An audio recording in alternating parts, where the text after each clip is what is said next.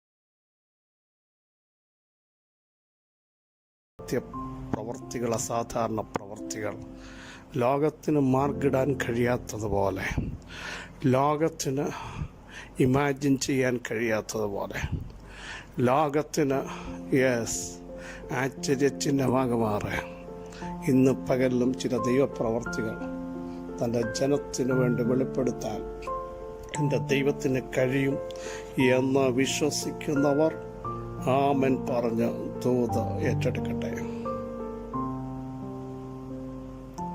അങ്ങനെ മറിയ ഗർഭിണിയായെന്ന് യോസഫ് കണ്ടു. യോസഫ് നീതിമാനാകിയാൽ, കാരണം കുടുംബത്തിന് അപവാദം വരുത്താതിരിക്കാൻ, സമൂഹത്തിന് അപവാദം വരുത്താതിരിക്കാൻ താൻ ആരുമറിയാതെ മറിയെ ഉപേക്ഷിക്കാൻ തയ്യാറായി.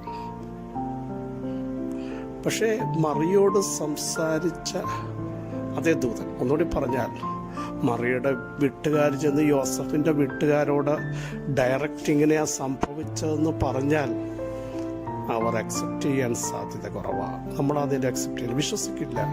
പക്ഷെ ഞാനൊരു ദൂത് പറയാം. മറിയോട് ഇടപെട്ട അതേ ദൂതൻ യോസഫിനോട് രാത്രിയിൽ സ്വപ്നത്തിൽ ഇടപെടാൻ തുടങ്ങി. യോസഫേ, നീ ശങ്കിക്കേണ്ട. Praise the Lord.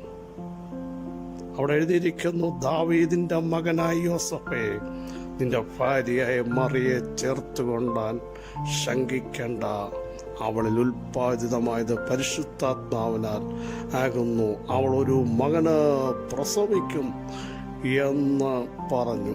നോക്കൂ, എപ്പോഴാ രഹസ്യമായി ഉപേക്ഷിക്കാൻ തീരുമാനിച്ചപ്പോൾ, പ്രിയരെ, രഹസ്യമായി ചില സ്റ്റെപ്പുകൾ എടുക്കാൻ തീരുമാനിക്കുമ്പോൾ നീ എടുക്കുന്ന സ്റ്റെപ്പ് ദൈവത്താൽ സ്ഥാപിക്കപ്പെട്ടതാണോ എന്ന്, സാധൂകരിക്കപ്പെട്ടതാണോ എന്ന് വ്യക്തമാക്കാൻ ദൈവാത്മാവ് നിങ്ങളോട് ഇടപെടാൻ പോകും. നോക്കൂ, ചില സ്റ്റെപ്പുകൾ എടുക്കുവാൻ കഴിയാതെ കുഴയുമ്പോൾ ഇവിടെ വലിയൊരു കാര്യം, മറിയോട് സംസാരിച്ച അതേ ദൂതൻ ഡയറക്റ്റ് യോസഫിനോട് സംസാരിക്കാൻ കൺഫ്യൂഷൻ ഇല്ലാതെ. ഇന്ന് പകൽ ദൈവാത്മാവ് പറഞ്ഞ ചില വിഷയങ്ങൾ കൺഫ്യൂഷനായി, എന്ത് സ്റ്റെപ്പ് എടുക്കണം, എങ്ങനെ സ്റ്റെപ്പ് എടുക്കണം, അതെടുത്താൽ വിജയിക്കുമോ, നിങ്ങളോടും ദൈവം സംസാരിക്കാൻ ആഗ്രഹിക്കുന്നു. നോക്കൂ, മറിയുടെ വീട്ടുകാർ പറഞ്ഞാൽ ഞാൻ തുടക്കത്തിൽ പറഞ്ഞ പോലെ യോസഫിൻ്റെ വീട്ടുകാർ കേൾക്കില്ല. പക്ഷെ മറിയോട് ഇടപെട്ട ദൈവാത്മാവിൻ്റെ സാന്നിധ്യം യോസഫിനോട് ഡയറക്റ്റ് ഇടപെട്ടപ്പോൾ യോസഫിനൊരു കൺഫ്യൂഷൻ ഉണ്ടായില്ല, ദൈവാത്മാവിന് വിധേയപ്പെടാൻ തയ്യാറായി. അങ്ങനെയെങ്കിൽ ഇന്നു പകലും അവിടുത്തെ വചനത്തിന് വിളിച്ചു പറയാനുള്ള വ്യക്തമായ സന്ദേശം ദൈവാത്മാവ് കൺഫ്യൂഷൻ്റെതല്ല, കൺഫ്യൂഷൻ മാറ്റുന്നതാണ്, സ്ഥിരപ്പെടുത്തുന്നതാണ്. ചിന്തിക്കാത്ത രീതിയിൽ നിങ്ങൾക്ക് വേണ്ടി ദൈവിക ഇടപെടൽ വെളിപ്പെടുന്ന പ്രത്യേക നിമിഷമാണ്. ചില വിഷയങ്ങളുടെ മേൽ എങ്ങനെയൊക്കെ സ്റ്റെപ്പ് എടുക്കണമെന്നറിയാതെ ഭാരപ്പെടുന്ന ചിലരോട് ഇന്ന് പകൽ ദൈവാത്മാവ് ഡയറക്റ്റായിട്ട് ഇടപെടാൻ ആഗ്രഹിക്കുന്നു. വചനത്തിലൂടെയും അല്ലാതെയും ഞാൻ ചെയ്യുന്ന പ്രവർത്തികൾ ഇങ്ങനെയാണ് എന്ന് ദൈവം വ്യക്തമാക്കാൻ പോകുന്നു. ഞാൻ ഇങ്ങനെ ചെയ്താൽ പരാജയപ്പെടുമോ, അല്ലെങ്കിൽ അതിന് പകരം എന്താണ് ചെയ്യേണ്ടത് എന്നൊക്കെ ചിന്തിക്കുമ്പോൾ ദൈവത്തിൻ്റെ വചനത്തിൽ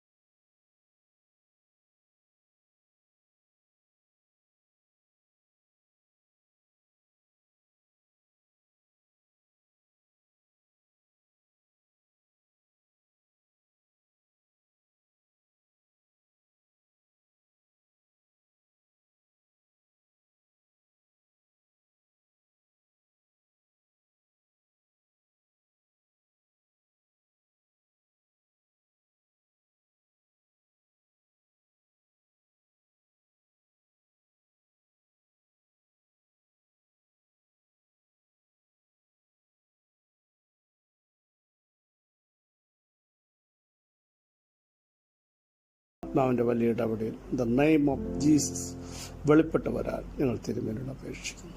അവിടെ നൽകുന്ന എല്ലാ വിടുതലുകൾക്കായും സ്തോത്രം, ഞങ്ങളുടെ മഹത്വത്തിനായി സ്തോത്രം. യേശുവിൻ നാമത്തിൽ തന്നെ ആമേൻ. പ്രിയരെ, ദൈവം കൽപ്പിച്ചതുപോലെ യോസഫ് ചെയ്തു. ദൈവം എന്ത് കൽപ്പിച്ചാലും അത് ചെയ്യാൻ തയ്യാറാകും. അവിടെ നിന്ന് പകലും എനിക്ക് വേണ്ടി, എൻ്റെ കുടുംബത്തിന് വേണ്ടി ഒരു വാക്ക് കൽപ്പിക്കുമെന്ന് വിശ്വസിക്കുന്നവർ സ്തോത്രം ചെയ്യും. ദൈവം നിങ്ങളെ അനുഗ്രഹിക്കും.